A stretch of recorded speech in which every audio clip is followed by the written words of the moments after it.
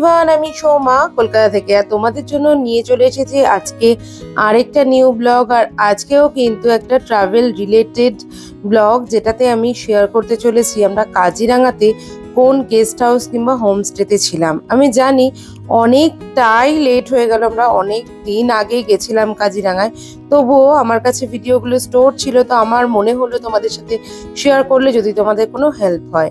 তো আমরা কিন্তু বেশ একটা ভালো লোকেশনে আর খুব ভালো একটা হোমস্টেতে কিন্তু ছিলাম, যেটা প্রোভাইড করেছিল কিন্তু আমাদের ট্যুর অপারেটরই।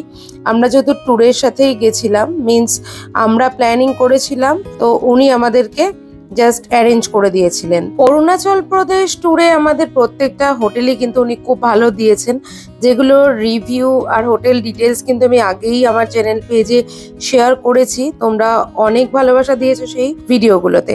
তো আমি ভাবলাম কাজিরাঙায় বা বাদ যাবে কেন। কাজিরাঙায় ছিলাম আমরা রাইনো গেস্ট হাউস কিংবা হোমস্টে তোমরা বলতে পারো, যেটা ছিল কহুয়া বন রিসর্ট কাজিরাঙার ঠিক অপোজিটেই। তোমরা কিন্তু গুগল করলেই সমস্ত ডিটেলস পেয়ে যাবে এই রাইনো গেস্ট হাউসের। এই রাইনো গেস্ট হাউসটা অনেক হাইফাই না হলেও কিন্তু খুব একটা খারাপও ছিল না। তো রিসেপশন এরিয়াটা খুব একটা ভালো না লাগলেও আমরা ভেবেছিলাম যে রিসেপশনটা এরকম, কি জানি রুমগুলো কেমন হবে। তো চলো রুমগুলো দেখাই। দেখো, এটা করিডোর, এটা কিন্তু খুব বেশি দিন তৈরি হয়নি, বছর পাঁচে কি হয়েছে। যে আমরা ফার্স্ট ফ্লোরেই ছিলাম, ফার্স্ট ফ্লোরটা কিন্তু খুব বেশি পুরনো নয়। তো আমরা যাব আমাদের রুমে, তো আমরা পরপরই রুম পেয়েছিলাম।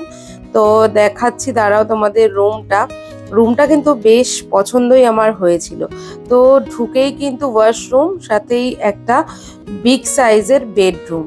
তো বেডরুমটা কিন্তু বেশ বড়, আর এসিও ছিল, যদি প্রয়োজন লাগতো এসি ইউজ আমরা করতে পারতাম। তবে আমরা যে টাইমটা গেছিলাম ওয়েদার কিন্তু ভীষণ ভালো ছিল, তো এসি আমাদের দরকার হয়নি। তো একটা ট্রিপল বেডের রুম আমরা পেয়েছিলাম, যেহেতু আমরা 4 জন ছিলাম। প্রত্যেকটা জায়গায় কিন্তু আমাদের যে অপারেট করেছিল ট্যুর গাইডটা, তিনি আমাদের সঙ্গে না থাকলেও আমাদের কিন্তু হোটেল রুমগুলো খুব ভালো প্রোভাইড করেছিলেন। টিভি ছিল সাথে। প্রথমেই বললাম খুব হাইফাই গেস্ট হাউস এটা নয়, তবে যেটা আমি সব সময় দেখি সেটা হলো ক্লিননেস, যেটা কিন্তু ছিল এই গেস্ট হাউসটাতে। রুমগুলো কিন্তু বেশ ভালো ক্লিন করা ছিল, ওয়াশরুমও ছিল কিন্তু বেশ ক্লিন উইথ গিজার। তো খুবই ভালো ছিল রুমটা। আর এই হলো ডে ভিউ রুমে, যেটা একটু মেসি লাগছে কারণ এই টাইমটা আমরা রুমটাকে লিভ করছিলাম।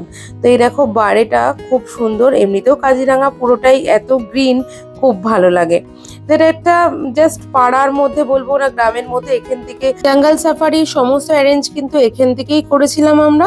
জঙ্গল সাফারি রিলেটেড ব্লগ কিন্তু আগে এসেছে, তোমরা যারা দেখোনি ওয়াচ করতে পারো, আমি এন্ড স্ক্রিনে দিয়ে দেবো। এবার আসি এই গেস্ট হাউসের ট্যারিফ। এখানে কিন্তু 1200 টু 2K এর মধ্যে তোমরা রুম পেয়ে যাবে। যেহেতু ট্যুর অপারেটর বুক করেছিল, সেক্ষেত্রে একটু প্রাইসটা কম হয়। যখন তোমরা নিজেরা করবে হয়তো একটু বেশি পড়তে পারে। তো তোমরা কন্ট্যাক্ট ডিটেলস দেওয়া রয়েছে গুগলে, তোমরা কিন্তু কল করে অল ডিটেলস নিতে পারো আর বুকিংও করতে পারো। তো এই ছিল আজকের ব্লগটা, কেমন লাগলো অবশ্যই জানিও।